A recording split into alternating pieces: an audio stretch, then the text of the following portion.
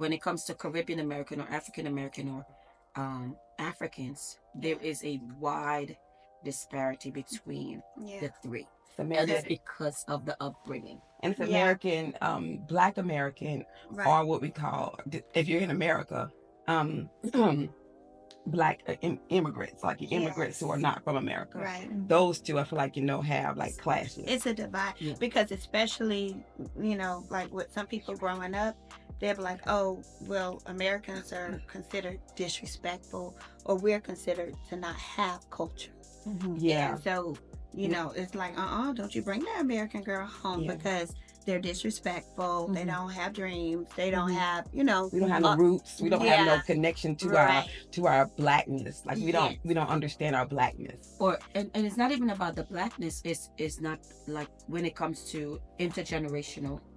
In the Caribbean or in African culture, you take care of your parents all the way through. Yeah. You may live with your parents. It don't matter how old you are. Everybody will live in the same home. American is singleness. That's true. There's a singleness. No, I got mine, you got yours. So it's like, it's really because some things we like, oh no, that's just that's okay, girl. Like we all doing this together.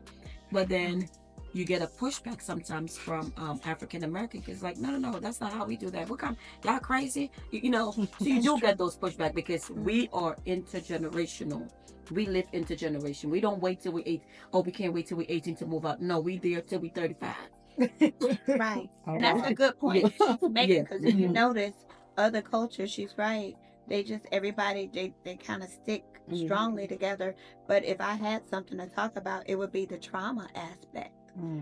Because I'm not sure if those other cultures have endured the trauma that we have endured. You know what I mean? And when you say we, you're talking about African American born Black Americans. From like slavery on.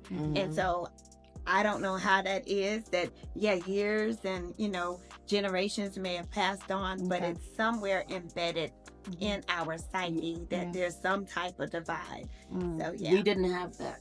Right. We didn't have segregation. Segregation wasn't taught until you got to America. You're like, what do you mean? When you say segregation, though, you mentioned earlier, and by the way, welcome to, I know we just got started because we were already in the middle of our conversation, but welcome to another episode of the Oneness of Black podcast, and I am your host, Dr. Erica Pike, and of course, we're already involved in this conversation, so we just kept it rolling, and so we're going to continue with that discussion. So when you say segregation, though, you are talking about what? Like, what's your distinction? Because to me, when you mentioned before about, the Blacks and the Indians, to me, isn't that like segregation? But it's a little different. So whereas, like I took one of my friends who was African American to Guyana, and she's like, well, where the rich people live. And I said, what do you mean? Number one, she's in the home of my cousin who owns restaurants, buildings, this and that. But her home was small, but she's building. We grew up where you have a doctor across the street, you have a lawyer, you have everyone in one. There was no social economic difference. There was no, oh, I'm wealthy, so I'm moving on up to the west side, east side. We all lived among each other. So you saw that representation. Whereas in America, you're Black, but if you have a certain social status of economic status, you move on up. And then it's like this. So to this day, I still can't comprehend that because I don't understand that. Because it's like, no, everybody grew up together. The poorest person and the richest person lived and eat the same way. We didn't have that disparity. I would like to definitely see that. And I like the point that Sam made, because yes, that's the point of making it, moving on up. You're right. On the east side. Finally got my piece of the pie. Okay. You might piece of the pie. And so I guess we're conditioned like, okay, so you graduated, you have that great job, you're making it out of the hood, and you're moving on amongst someone, and that's your trophy. Yeah. And so unfortunately, we know that along with the trophies, they get the trophy wives and the trophy kids, but you kind of, the further you get from the oneness of Black. Yeah. That means you have made it. But I would like to see that in that type of community, that you have the doctor, lawyer, and you all are still living amongst each other. Even the president was accessible. The prime ministers were accessible. Everyone was accessible. Yeah. Wow. But if you think about it too, like it's a small, like a smaller community, a smaller island, you know what I mean? As opposed to the huge United States where we have so many people, it's kind of hard to have such close knit, I would think, as a country as a whole, Yeah. And unfortunately, we do have those disparities in several different ways, right? Not just with the colorism, but economically. And you're right, that's a good point, because some people, they're like, I think I talked about this the last time too, that when you go to church, you want to sit next to somebody who probably comparable to you, Right. as opposed to someone that might smell or something like that. But that's just a natural tendency. Don't I'm trying to hold it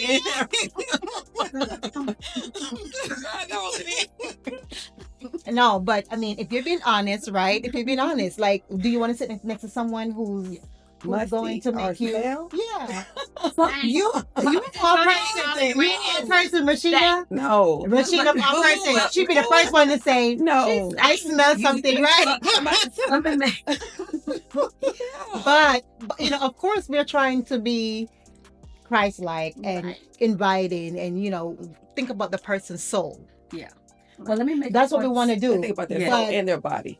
But let me make a point to. Let's make a point to what Tanya said earlier with the slavery, and you guys had more segregation than we did. We didn't know about slavery. I didn't learn about slavery until I really came here. Wow. The thing is, our villages were bought by the slaves. Oh. They fought and they purchased those land.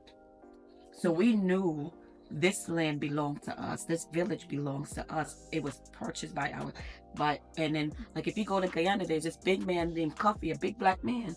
He fought. Wow. And he done beat the life out of them. Wow. So what I'm So, hearing, yeah. All right. you guys have a sense Strong. of okay. Yes. Say coffee or Coffee. Coffee. He is just big, strong, looking like in the middle, literally in the middle, and he's right there. They're trying to destroy that now. Oh, wow. Now is when people are coming in, incepting. Now is when Americans are coming in and stuff like that, and trying to create that divide. But it's like, no. We got strong blood. Okay. And that's what I was gonna say. It sounds like they have a sense of strength, cultural strength, Community. community, but also pride. Yeah. A pride. So for us, growing up in America, like, is a lot that stripped and castrated the African American male, and then caused the woman and the male to be pit against each other, because they'll go ahead and elevate the woman and then cause the man to, it's just a whole divide. And We were pitted against each other. We were made to be competitive with each other, made to feel like the whole thing of the having a house Negro or a field Negro, one seeming to have a better job than the other, or a light-skinned Negro versus a darker skinned Negro, or someone who could pass as a white person. All of these things created contention in our community with each other, so that that's why people say, well, I don't understand why the black community can't come together. Why are we always divided? Right. Because we were we were constantly pitted against each other all the time. Yeah. then and now. And that's one of the reasons Andrew Young said, he said when he went to Jamaica, that's why he loves Jamaica, because it's the first time that he saw blacks in such high power and leadership. They were the presidents, they were the prime ministers, they were the ones that's running the country. And he's never seen that here. And so that's what you saw. We knew, like, the founding father of Guyana is Burnham Sampson. He's a black man. And proud black man. Burnham. Burnham. He sounds Burnham. Burn coffee. They burn up coffee. So so we have that in Yeah. like in the Caribbean. It's where blacks lead. Yeah. All right. Now that trying to bring that, like, oh no, black skin. No. We've been leading our country Yeah. for a very long time. And we didn't have that here. No. Yeah. No. No. So that's what we saw. So yeah, very big difference. Yeah. So when I think about both of those points, I'm thinking about the ways in which we can encourage healing. Because Tanya mentioned that it's still happening now. It's still happening today. How is it that we can even begin to move past the focus of our differences and start really owning on to we're stronger together? So what can we do to start being united and be to the point where actually, what made you, Tanya, decide that you're going to like Sam, who was born in a different country, have different differences in her culture, and me? And same question for you too, Rashina, because I know that you both are good examples, in my opinion, of how we can even begin to start building that unity. So what made both of y'all feel like you want to be friends with us? I think we have I'm likable. No, go ahead. Have more in common than we, in terms of our love. First of all, we love God. And I think love is the commonality. Love is the melting pot. Love, our conversation about God brought us all together. And I think that's when we learn, oh, you're from here. Oh, you're from there. But more than anything, we all get together. We laugh. We cry. We cook. We eat. And we enjoy. And I think the thing that brought us together, it was food. It was. It right? sure was a biscuit on Facebook. That biscuit. It was the buttery biscuit. But I think that's just coming together, our love for God, but our also everybody wanting to make it. You know what I mean? Yeah. Not just make it, but see each other do well. And we wanted to also love up on our husbands. So I think that was the thing that really solidified us, because we came together and we just celebrated each other. We celebrated our husband. We had it planned out. Yes. Yeah. Yeah. Yeah. So you like us? So you like hanging out with us? I know. Okay. All right. Rashina, honey. Yeah, for me, I think I need community. Like I not, and I don't want that to seem like, oh well. I know some people say, well, I don't need anybody. Yes, you do. We were never meant to be alone or to be isolated. Our relationship, we learned that from Adam. Right. He tried it alone and it didn't work out. He had to get eaten. So it didn't work out. So you need people. You need community. Even Jesus, when he came, he didn't do it all alone. He got people. He got a community. Yeah. So I need community. And when I moved here, I didn't have a community.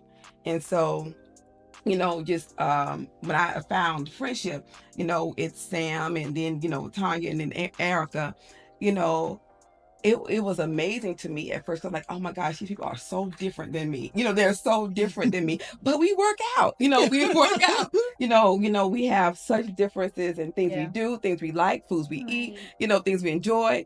But our commonality of just wanting to have a genuine and authentic relationship and having integrity with each other brings us together. And, that is what we all think have been saying, is that we do have more in common than we do different. Even though we have these differences, we shouldn't focus on those. Right. Focus on what unites. Right. And what connects you. But one of the things I think, Erica, with Dr. Pike, what you're saying, I think one of the things we have in our community that we really need to get rid of is a scarcity mindset. And because, especially like you all who are African Americans, because they put only 1% can get to the top, only 1% can get these jobs, only 1% can get there. It was like, oh no, I gotta keep my job. I can't, so we have to get rid of that scarcity mindset. There's enough for us out there. There's enough for everyone. The crab. The crab. Yes, there's there's sufficient. God has created sufficient for every one of us. And when we get rid of that scarcity mindset, as in, oh no, if I share, then we just have to get rid of that. That's one of the things that I am noticing in the community, is that scarcity mindset. And so we tend to hold on to stuff so tight, and we don't want to share with anyone. And that's a big problem, I think, in our community. But I think that for us, that was taught to us.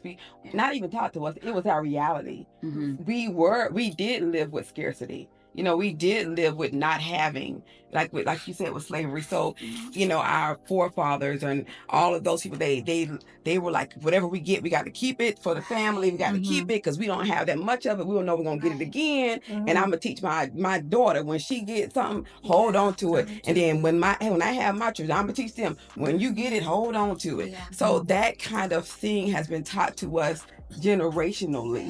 And so it's not just easy as get rid of it. Like, people need therapy. People, and that was the point. People need therapy, to get to let go of this stuff. So it's not like that. It's like people want to have that mindset. It was ingrained in us from our circumstances. It's in our psyche, it's in our soul, it's in our DNA. Yes. And so it's almost like, okay, yeah, all of these years, have passed on, but it's still present within us. So there is, when it comes down to it, there is a difference in terms of, I don't know to say spiritually, what we have experienced. And so we act out our experience, whether or not we want to. Whether it's ours or not. Right. Whether it's passed down to us. You inherited the trouble. Wow. That's interesting. And we just have to, I think as Christians, we are faith believers. It's getting back to seeing what God did to the Israelites when he told them, only take food for today, when they took it for the next day. And he said, oh, you really want? You didn't trust me? So I think we have to get to the mindset of now, no, Lord, I'm going to trust that you're going to provide. I'm going to trust I'm no longer in that space. And we have to constantly tell ourselves, like, I'm literally trying to tell myself and my husband, we don't need to be living in a scarce mindset, like we're never going to have it anymore. Oh, we're not. Oh, no. Let's stop. Yeah. It's holding you back. Yeah. What about those who don't know God, who don't have faith, who don't know to go to the Word of God? That's why we're here.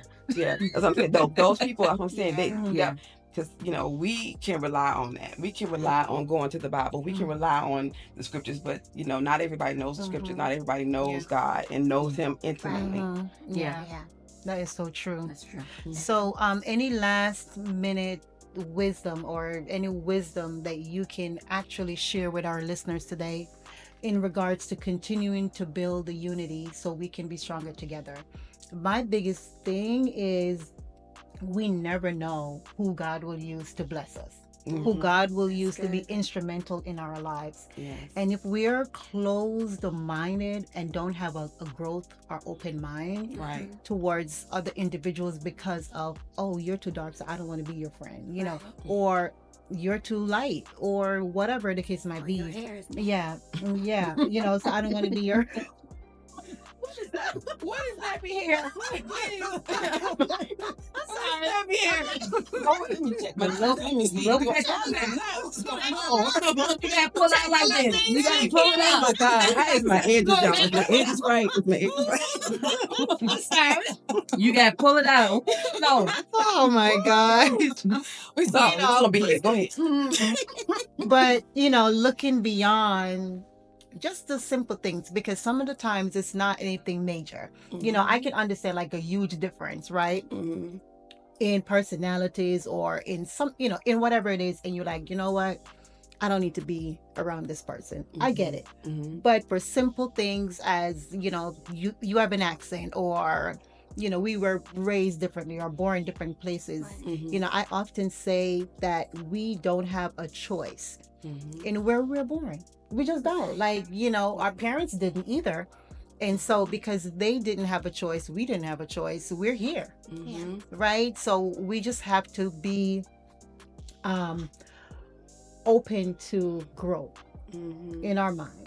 And so that we can say, you know what, even though I was taught this, or I was exposed to this being a negative thing, I'm going to pull that down and open up myself to bring other people in or allow them to come in so that I can get my blessing, because you just never know.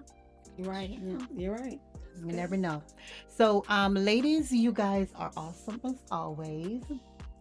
And I thank you all. Oh, thank you. And I thank you all for joining me today. Is there anything that you would like to share about before I wrap it up, and about your experiences? Because I know that you all have vast and a plethora of experiences. These ladies are amazing. And I wasn't just saying that just because, but we have educators in the house, we have entrepreneurs, business minded. We, like she said, we are, we're going places, we are pushing each other. We really, not just with in business sense, but spiritually in every aspect, in our marriages and everything, we really are stronger together. For real. Yes, for real.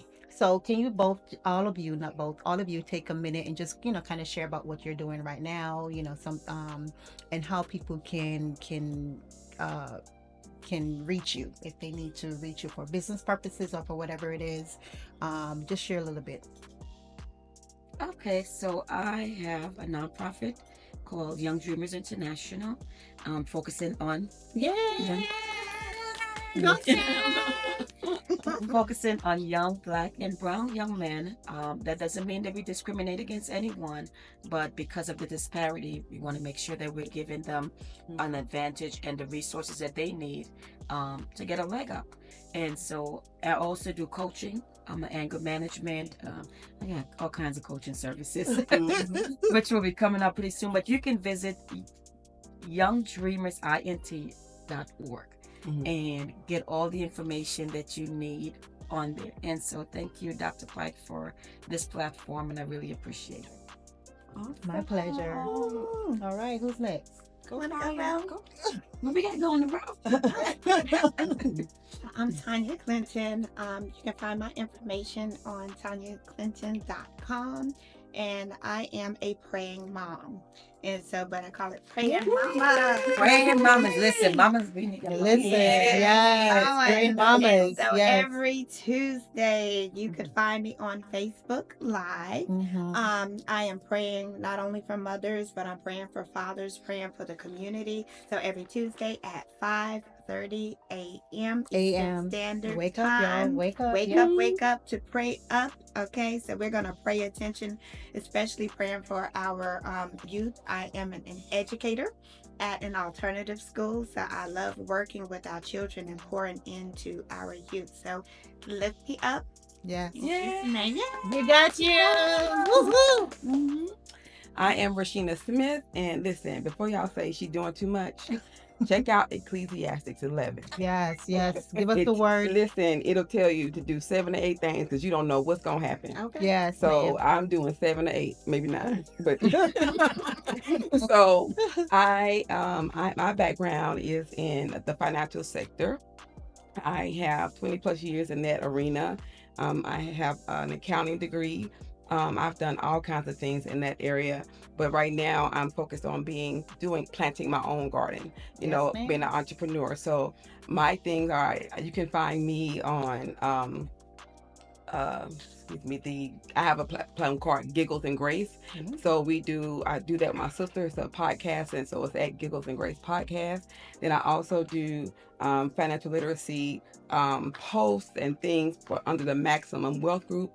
And then I also do book writing, and I also do marketing. So I have found my little creativity side, creative side, and I am exploring that to plant my own garden in this season. That's right. Man. All Plant your right. own garden. Go ahead. I like that. I love Plant that. my own garden. Oh my God. T-shirt. Yes. Yeah. Plant my own garden. I love it. So, as I said it before, these amazing ladies are instrumental in building relationships with each other. And like I said before, you just never know where your blessings are coming from or who God will use in your life. So please make sure that you decide to have a growth mindset, and you decide to let someone else in, just to try to get to know someone else, because you just never know. So make sure that you are liking, sharing, subscribing to this platform because we would like to hear from you. We want to know your experiences and how you would promote the unity amongst our Black communities. We know that we have many different Black cultures out there who are doing amazing things. And if you are one of those who are doing an amazing thing for our Black community, please feel free to reach out as well so we can celebrate you. And once again, make sure you tune in. Another podcast will be recorded and distributed in about 2 weeks. Look out for it, and I'll see you then. Ladies, let's say bye. Bye, y'all. Bye. Bye. Can I think? Go.